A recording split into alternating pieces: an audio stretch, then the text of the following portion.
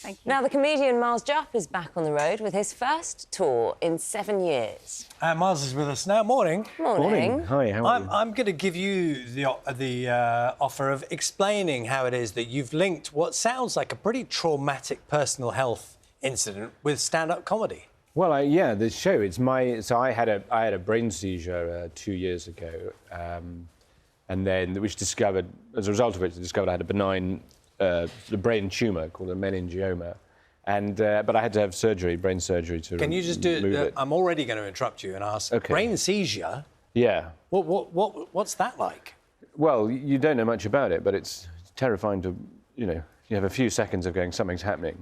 I was filming something, so You were filming Trigger Point at the time. Filming Trigger Point, very small part in Trigger Point, and then I had sort of just a flashing in my eye, and I knew very quickly something was very wrong, and I said to guys, a junior member of the production team, I really do need a doctor. I know I need a doctor, and not that long later, I just knew the floor was coming towards me, and then Had anything like that happened before? No, You've not had headaches or... Nothing. No, it was out. I mean, in terms of a lesson, the fact that things just happen. Yeah, that was that really. I mean, it just came out of nowhere as far as I was concerned. And I thought back over it. It wasn't like I did ask around. Any sort of major personality changes or anything like that?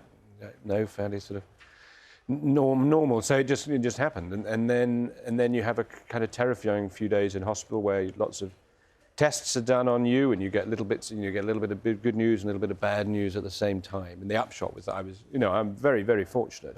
One where I had the seizure, which was near people.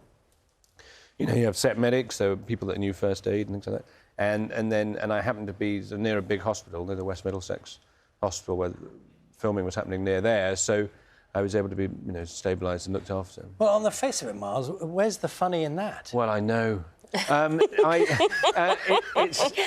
just says just how you're going to make it funny. I mean, the show is truth plus jokes, really. It's the story. Because people were like, what is that like? It's telling that story with sort of jokes attached. And obviously, there's sort of the odd tangent about sort of family life or whatever it might be, or digs at various public figures. But in a way, it means it's the narrative that runs through it. That's the kind of Christmas tree and the jokes of the baubles. Does that work as an analogy? It's really so. It's just where one goes with it, really, and also because it's that's sort of the sort of thing I write. If I wrote poetry or short stories or whatever, then I suppose I'd write something about it reflected in that. But because what I write is sort of anecdotal, self-deprecating, needlessly floral, sort of florid, that's the word, bits of me still work. But that's kind of, my style, so it's approaching like that. It took a long time to write. But... You didn't have a moment when you were lying in a hospital bed somewhere and as somebody said, well, it's Miles Jupp, the comedian, tell us a joke, did you? One of those kind of moments? You'd have little moments of, we know who you are, obviously, and or whatever, and you're going, oh, super. I know who you are. You've got a name badge on, and you're much more qualified than I am. So please tell me what's happening. But it was in COVID, so it was there was a sort of degree of chaos, not chaos about it. I mean, crikey, it's very sort of well ordered in the circumstances, but there's a lot of stuff going on, a lot of protocols being followed. But I was sort of lucky and ended up having surgery 2 or 3 weeks later, which is terrifying, but also sort of intense, and you're surrounded by brilliant people. How big was the tumour?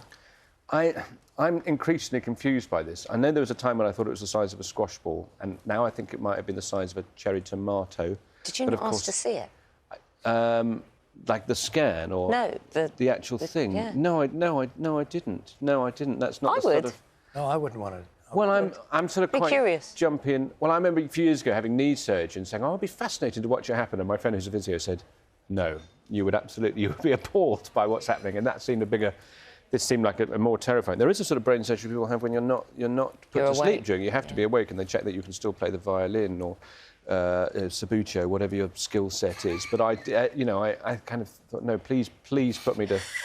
I wouldn't want to be awake having my wisdom teeth out. Certainly wouldn't want to be awake. No, you don't want to do that. No. And of course, the swelling and things like that. How long was your recovery? And, what were you able to do during that recovery? I reckon the recovery is a sort of an ongoing thing in a way. I mean, I went back to work 6 weeks after surgery, but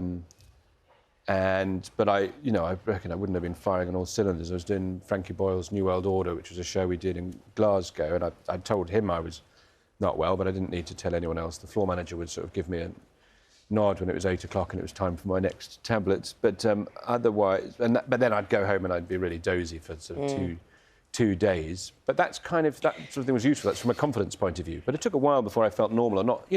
Getting your confidence back. The first time you do everything. Yeah, of course. Mars, if you tell your story about health condition to the public, as well, you're doing it right now. Seem to be.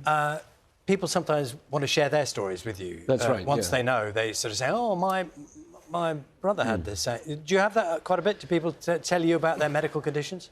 Yeah, I mean, particularly if they're related, and sort of brain tumour stories, and so I met quite a lot of people at Stage Door, or people that have come and people that have got much more terrifying stories, really, and people want to share, and also people want to be listened to, don't they? I mean, I'm standing out there on the stage getting to tell my story, and other people, because there's some people that come to the show because they like the way that I talk about stuff, but there's other people that come specifically because it's a show about, with a sort of brain tumour. Brings a very different responsibility to, what you're doing. Like, whereas before, maybe, and I don't know, maybe you could have sat back and gone, I'm here to entertain.